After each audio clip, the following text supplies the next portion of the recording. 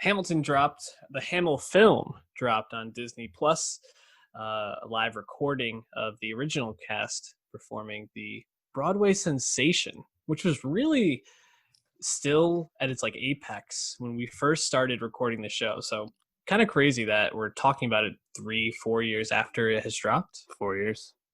Uh, yeah, I mean, I think everybody who has been conscious in America is aware of Hamilton to some extent. That it's the film by Lin-Manuel, or film the play by Lin-Manuel Miranda, really propelled him to stardom the last couple of years. And um, I had never seen it. Listened to some of the soundtrack.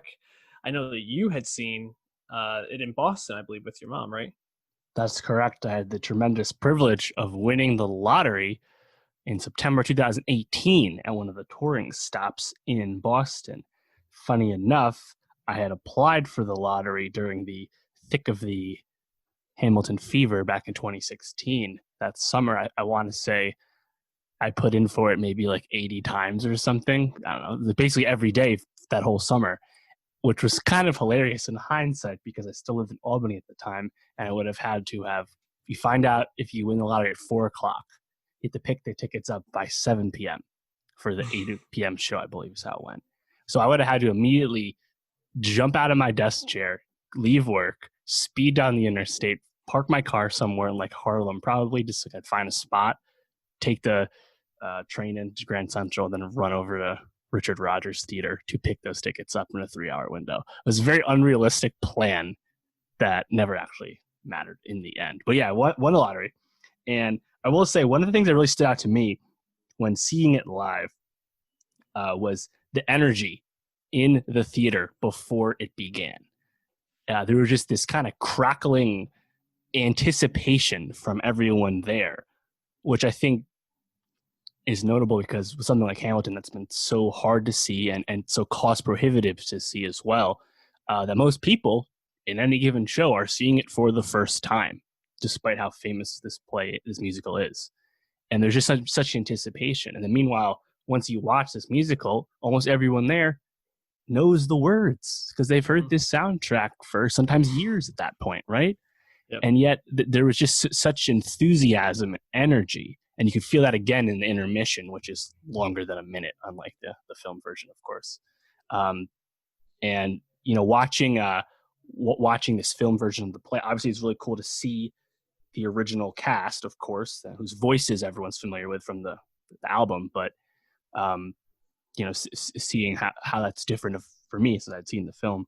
But also seeing how film theater is different than seeing theater live, of course. I think the audio mix is a lot different, but on the more positive end, you get a more centralized camera angle. And I think from my limited experience with watching filmed stage plays, there was a lot better camera work for this Hamilton film than there is for most other instances of this, which was positive. I mean, what did you think? Because you had not seen the musical. Yeah, the anticipation for it was obviously high. Like you talked about, that sensation really drew so much energy and buzz around it.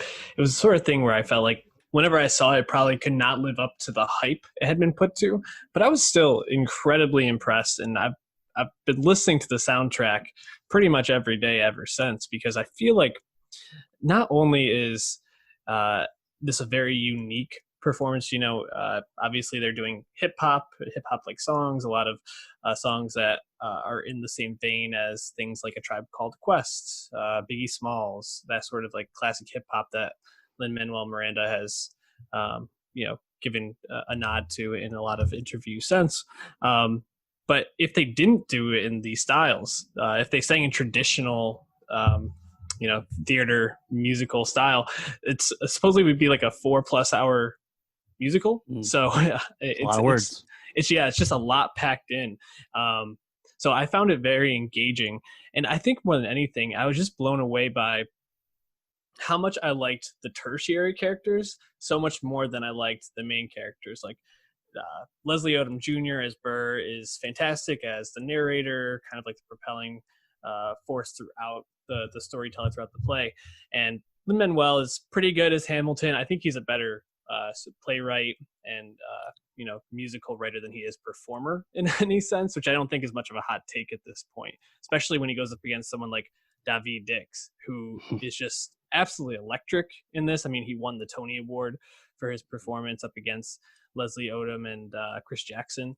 It was Chris Jackson and Groff. And Groff. Okay. Odom also won beating Lin.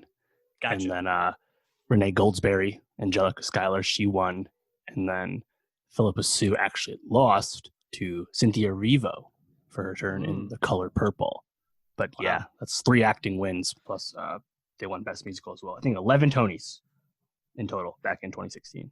Insane. And you actually just mentioned Groff, who I think has to be like the Dion Waiters Award of this play, right? Yeah. He comes in, I think he sings for a total of like 6 minutes and 30 seconds the whole time. And he just steals the moment every time. He's absolutely electric, playing this like King George who's like a sociopath and like this flat affect, but like obviously like supposed to be like childish and spoiled, but also like ruling under a hard thumb. It's very engaging, and just kind of reminds you how talented this guy is, because the last time most of us engaged with him, unless you saw Frozen 2, where he plays what? You can skip that one.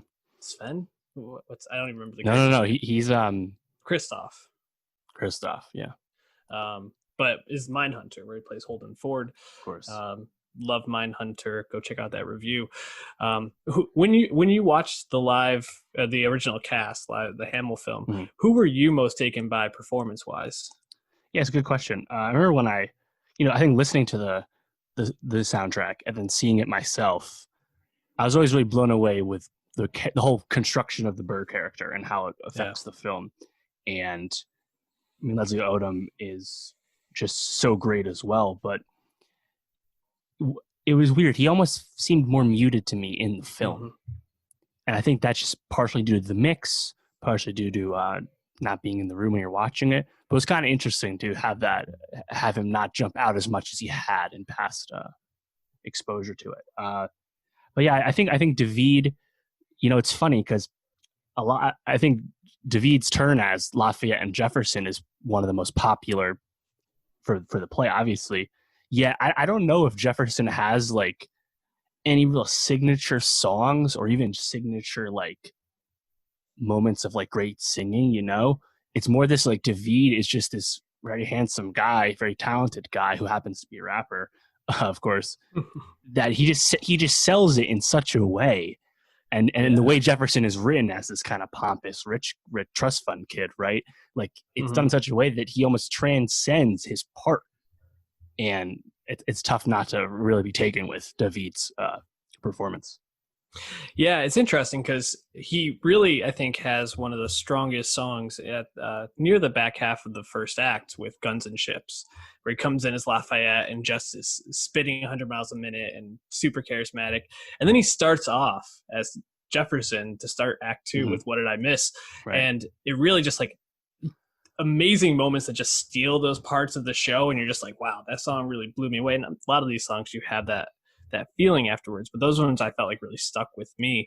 I agree with you on Burr, which is interesting because I feel like Leslie Odom Jr.'s voice, when listening to just the soundtrack as I had before, really stands out as one of the strongest to me in terms of like classically trained voices, singing wise. But I felt like the only moment where I really felt like he was like projecting himself through, other than Dear Theodosia, which is a very sentimental and moving ballad, is the Adams administration, when he kind of like starts off and he comes across like so like angry and kind of like starting like the downfall of Hamilton there, so to speak. That's one of the moments I like really associate. But other than that, I didn't feel like he had a huge standout moment too much. So I agree with you. I mean, it's in Wait For It, it's the signature Burr song, but that's obviously so early in the play.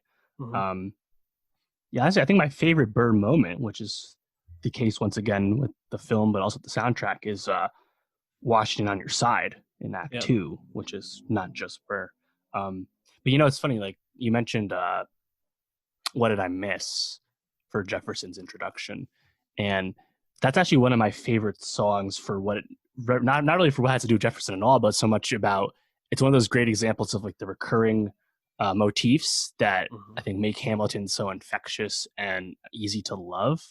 It's Thomas Jefferson's coming home as opposed to Yeah. anything later. We have the George Washington's going home. There's so many of these throughout the play. Just you wait and talk Hmm. less, smile more, and never be satisfied. Look around, all these, right? And I Hmm. think that's one of my favorite moments. And that was another thing that I really enjoyed about the film. Again, is having been very familiar with everything. It's just like catching more of like the genius that is Hamilton and Lin's specific genius and how he constructed the musical and having all these things kind of reoccur. And then you see how that mixes along with honestly very simple choreography and sparse set design that the words and the songs are able to really transcend everything else around them because they're actually that good and that smart. And I think being able to see the film is a good way to look at that set design, look at that choreography, and see Yeah. that's not really that much going on. Yet it's also all you really need. Look at like when they do Satisfied and the way they convey starts and stops in time and rewind, right? And Hmm. again, with Stay Alive when Philip Hamilton's dying, and like the Yep. way that they pause and they have the rotating thing in the stage, right? It's like it's all really simple stuff, but I think it all really works and keeps you both focused on the words and what is being conveyed without being too distracting. So yeah, I mean Yeah. it's notably the Hamilton soundtrack is number 2 in the country right now, 102,000 sales, which is its highest chart placement, um, and it has been on the charts for 250 weeks. It has not Yeah. left since October 2015. It's just an absolute force of a musical. Just I wanted to bring up three more things. First, I really like how this play subverted my expectations in terms of framing itself around these founding fathers who are obviously incredibly famous in our country, constantly on, referred back to in current on our money. politics. Yep. And really, I think the people that come across as the true heroes, like the good people in this, are Angelica and Eliza Schuyler. Yep. They are the people who are good moral, the ones who are selfless, doing things for each other and not for their own gain. And that's really highlighted, I think, in Satisfied, which I think is probably the song of the soundtrack, in my opinion, and delivered it the So good. best, in my opinion. But also, Who Lives, Who Dies, Who Tells Your Story, Yeah. the end with. Obviously, Philippa Sue just absolutely crushing it. I wanted to ask you, how do you interpret that last gasp um, at the end by Mm, Philippa Sue? There's been a lot of discussion online saw about it. that. Yeah, honestly, I haven't given it too much thought, but I noticed that it's been a recurring bit of the discourse. It's interesting. I don't know if that was the case 4 years ago. I don't remember. Hmm. I mean, what do you think? One of the interesting theories I saw, and I think I buy into, is that gasp at the end is her, reaching the afterlife, afterlife and seeing the play Hamilton, being Oh, that it's wow. being performed, but it's showing that it's being performed because she told the story and she was the one that did all this work to make this history known and really Right. flesh out Hamilton's story in that way. And she's kind of seeing her life's work come to fruition, which is really interesting. I think especially because Lin's clothing or his jacket changes, and that's supposed to symbolize that he's now Lin-Manuel Miranda and not Hamilton Mm, character anymore. Thought that was really interesting. There's a lot of interpretation though, so definitely check that out online. And I guess one other thing I think we should mention as we're kind of critiquing, there's been a lot of critique about the portrayal of the founding fathers and founding mm. father um, ideology in the play. And I wanted to just kind of hear your general thoughts about that. We don't need to get too deep, but especially in the time we're in, where do you Yeah. stand with it? No. I think that's actually been a very interesting thing to see play out because Hamilton, by the very nature of when it came into being, is a product of the Obama era and espouses ideals in a certain way as a result. And you're seeing a lot of comments on it now for, well, really it came out in 2015. Most people didn't become aware of it till 2016, but 4+ years later, we're in a very different time. And there's been a lot of focus on the historicity of Hamilton. And I've always find that so interesting because the educational value of Hamilton, I think, is pretty paramount. You can ask teachers about that, and that's always been, you know, commented on right afterwards with the acknowledgement that Hamilton is not 100% accurate, Mhm. and Hamilton is portraying flawed men. The founding fathers being flawed men is not by any stretch of the imagination a new idea or a new idea to the mainstream. Um, I have a bachelor's in history, for those that don't know, and my capstone was literally about how the perception of the founding fathers has changed over time. This is very, very old ground. And it's just been really funny to me to see all these people, see some people really kind of come for Hamilton's neck and come for Lynn, as if the aspirational nature of the play is somehow invalidating to the whole prospect, because um, Thomas Jefferson and Washington owned slaves, and that is barely touched upon in the play. You Mhm. know, um, I guess those are flaws. Sure, it's tough to really reckon with the good the flawed founders of our country did. You know, when you have those negatives as well, it is a challenging subject, and I don't know how I could do it better. But it has been interesting to kind of see some of the relitigation around that. You Yeah. know.